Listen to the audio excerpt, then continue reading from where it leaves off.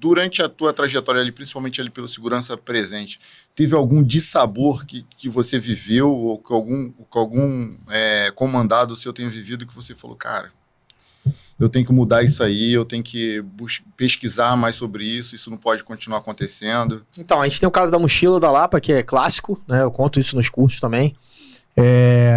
Tem o Lapa Presente, que foi, assim, diferencial para o terreno da Lapa, né? Tava dando muito problema. E aí, durante uma abordagem, as abordagens filmadas, o policial pediu pro abordado tirar a mochila. Enquanto o abordado abria a mochila para acessar a mochila, ele verificou o boné do abordado. E nesse meio tempo, dentro da mochila tinha uma arma, ninguém sabia. O abordado meteu a mão na pistola e tenta por 3 vezes efetuar o disparo por dentro da mochila. Ele não consegue entender o que aconteceu. Ele saca a pistola, tenta atirar no rosto do policial. Graças a Deus a munição picotou. Ele começa a correr e o pessoal começa a correr. Quando isso aconteceu e a gente foi elaborar as instruções, eu usava isso como exemplo nas instruções. E eu fui agraciado do cara estar dentro de uma instrução. O cara levantou a mão e falou assim, na época tenente, né? Tenente, era eu aí o abordado.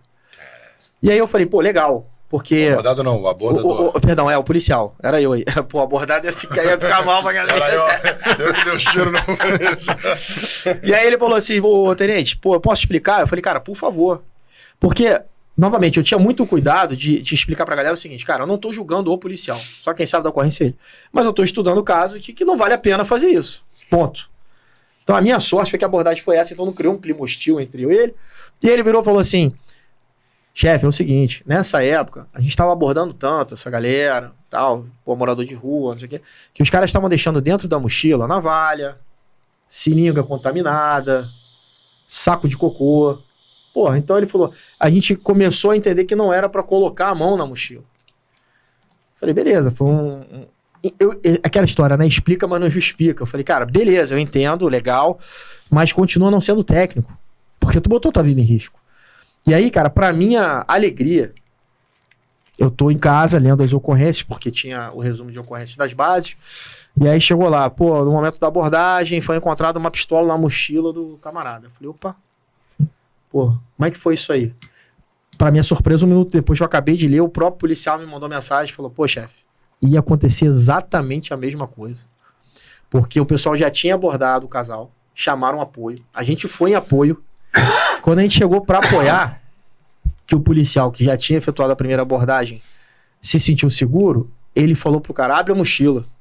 E eu lembrei na hora da instrução e falei, não, me dá a mochila aqui. E aí quando ele abriu a mochila, tava a pistola lá dentro. Então, cara, assim, qual é o valor que isso tem? Né, cara, isso aí, o policial vai falar comigo, poxa, ninguém ia lembrar se a gente não tivesse trabalhado isso. E eu não tô falando por isso pra me gabar, não, cara. Tô falando isso porque de nada adianta você ter informação e não compartilhar, pô. Então, isso que aconteceu. Quer ver uma coisa, Jorge, que esse episódio da mochila foi filmado, né? Foi. E aquilo me deixou, cara, eu fiquei assim, caramba, cara, que doideira, poderia ter acontecido comigo. Porque se eu já abordei, pedi pro cara, irmão, o que tem na mochila? Levanta a camisa. Levanta a camisa, desvazia os bolsos, o cara botar a mão, entendeu? E eu lembro que logo depois, eu tava com... Abordei o cara, falei assim... O que tem nessa mochila aí? Abre a mochila. Aí o cara abriu o contato e falou, não mete a mão na mochila não mete a mão não. Eu desisti. Aí eu peguei a mochila e virei de cabeça pra baixo. É isso aí, você tem várias formas. Aí espalhou aquele troço todo. Aí, cara, mas assim, você fica realmente... Essas situações você aprende, cara, com o erro dos outros. Exatamente, entendeu? Exato. A ideia é essa, estudo de caso é pra isso, não é pra julgar a ação de ninguém. Porque não é questão do erro ou não, cara, não é erro, mas é uma situação que pronto, meu irmão, aconteceu, deu um problema ali. E isso é interessante pra galera ouvir, porque eles não têm a menor ideia do que a gente tá exposto no dia a dia de uma abordagem. Quantas são as variáveis envolvendo uma abordagem? Nossa, muitas. Aí ele fica assim, tem necessidade de abordar? Assim, pô, tem, cara. Você não sabe o que a gente... As informações que a gente teve. Eu já ouvi casos, eu já vi histórias de um policial abordar um casal. E aí o cara fala assim, duvido, abre o porta-luva. A mulher abriu o porta-luva, pegou a arma e deu no policial. Matou o policial. A mulher pegou a arma no porta-luva e matou o policial. Então a gente já ouviu tantas histórias...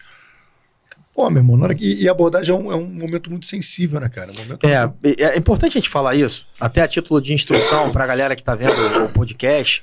É lógico que a gente leva tudo muito na leveza, brincando e tal, mas esse é o momento de maior estresse da atuação policial, é o momento da abordagem. Por quê? Porque quem tá sendo abordado sabe exatamente quem ele é. se o cara é criminoso, se ele tá armado, se ele tá devendo. Ele sabe exatamente o tamanho do risco e do problema que ele representa para aquela guarnição. Nós não.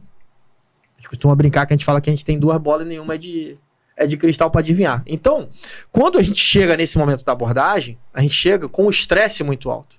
E até que isso abaixe, para que a gente se sinta confortável, algumas coisas têm que acontecer. Então, eu acho importante falar isso para a galera que às vezes não entende por que a abordagem aos veículos, a gente aponta o fuzil até que o carro encoste na via de forma correta, até que a gente consiga visualizar.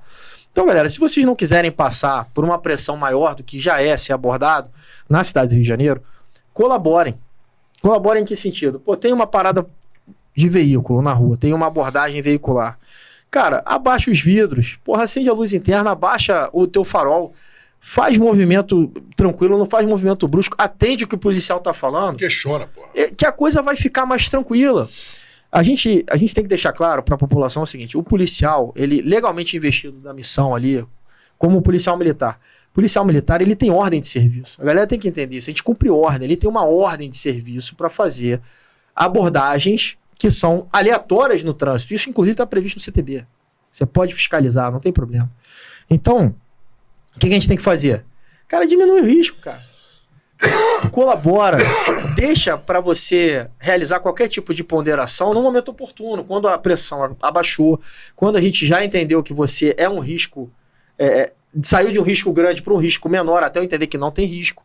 Eu acho que isso tudo é importante, cara, porque fica só um lado, e hoje a gente está vivendo essa guerra da informação muito triste, que só se fala mal da polícia, só se fala mal do trabalho da polícia, e a gente tem, porra, excelente tipo de serviço nesse sentido, ainda lá na cidade do Rio de Janeiro, cara, com a violência que a gente tem. Então acho que fica aí esse apelo à população de forma geral, colabore com a polícia, respeite a atuação policial.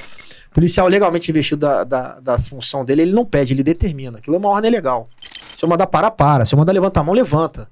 Eu não estou perguntando se você concorda ou não. Atende a determinação legal. Depois você pondera. Porque depois eu vou te passar também, olha, eu tô te abordando porque chegou a determinada informação que um cara com as tuas características está praticando assalto aqui, cara. Não. Entendeu? Não é porque eu quero, não é o tal do R quero.